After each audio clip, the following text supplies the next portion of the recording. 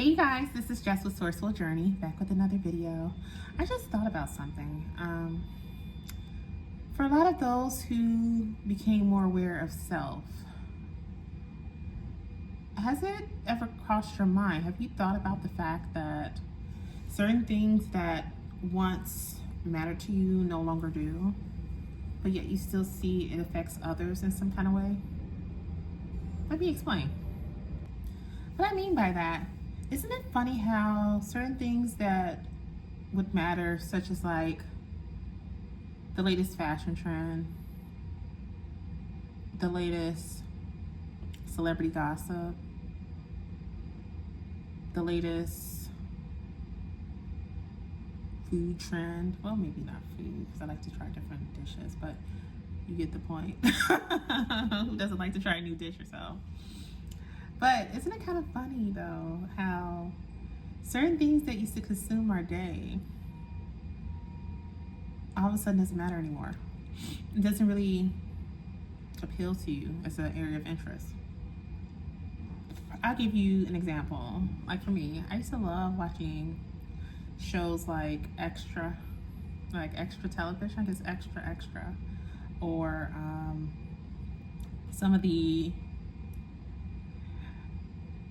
I guess you could say, staged TV shows like Love and Hip Hop, or, you know, as examples, right? Or Jersey Shore. I used to love some Jersey Shore. Or was it Real Housewives of God knows what? Those type of things. Like, even though you knew the storylines were not real, but it was entertaining to watch, or you knew the fight scenes, the arguing scenes were like so made up, but yet it was still entertaining to watch and to talk about amongst your friends or whatever the case may be. That stuff used to be really appealing, but now as time progressed onward, it's like I don't give a damn. Or when it comes to even going into like a store, like let's say you're going in to buy something, like maybe a new coat, right? Or let's say a new pair of boots since we're in the winter season, or we're approaching it technically, right? You notice how you could look at a certain style of item and used to be really drawn to the label name, but then now that you go into the store, you're just like, oh, that's it. And you don't even really care about the name. I could go into the store and see a designer item and be slightly mesmerized by it, but not wowed like how I used to be. Like, it wasn't a wow factor as it was then. It's not a wow factor for me now. But then I could go into another store and see an item that is like an off-brand item, but looks way better than that designer item, and be more drawn to that, and it's way cheaper. To take it a step further, you can get to a point where you're thinking to yourself, as you're looking at that item, how many times am I going to really wear this item? And if you don't see yourself wearing it at all, or let's say you only see yourself maybe wearing it a few times, you move on to the next question. Is it worth purchasing or not?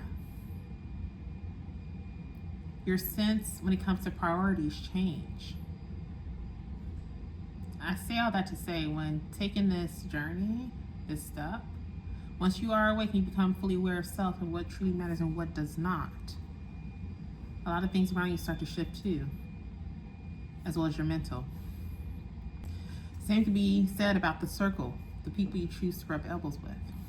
When you think about who's truly in your corner and who is not, who you truly would be okay with rubbing elbows with and who you would not be. When you think about whether it's safer to be the popular loner, or do you want to succumb to that need to be a part of a group just to feel strong in the process? I think for me personally, I prefer to be the popular loner. It never fails, and it has always worked out for me.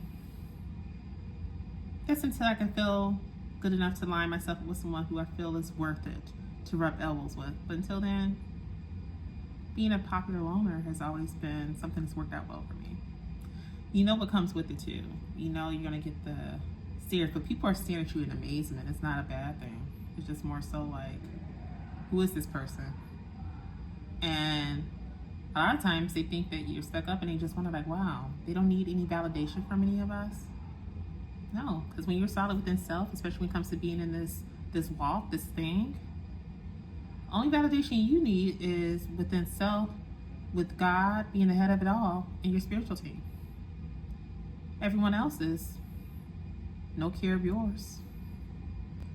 I say all that to say, slow down and pay close attention, you guys. You'll start to notice that change within yourself too.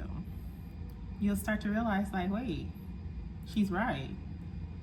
Thinking back to when I was much younger, I used to be a label lover. I had to have this item if it had this person's name on it, you know. And nowadays I'm just like, oh, those items look okay, I guess. Or you might be like, oh, I've always felt the need to want to be in this group because they seem like the cool kids on the block. But you realize that a lot of that was a facade to begin with. And what's so funny is because those very individuals that tend to be in their own cliques or whatever tend to be the very ones that turn on one another right in front of everyone's face. It never fails. And all you could do, especially the one who was the popular loner, you just sat back and watched and say, well, I saw that coming. And that's why it's best to steer away from those type of cliques. It's childish. Again, it helps to be a bit of that Rolling Stone because you avoid a lot of nonsense, and you can go home, whether you're leaving school or work, and sleep well at night knowing that you do not partake in none of that nonsense. I'd like to hear you guys' stories and kind of get your thoughts. Have you noticed any changes within self as of the last few years, like as far as what normally interests you and what normally does not interest you anymore? Don't hesitate to leave your comments in the comment section below. Also, continue to message me on the other platforms as well, as you guys have been. I do want to welcome all the newcomers who are joining my pages. I do see you and I do appreciate you guys.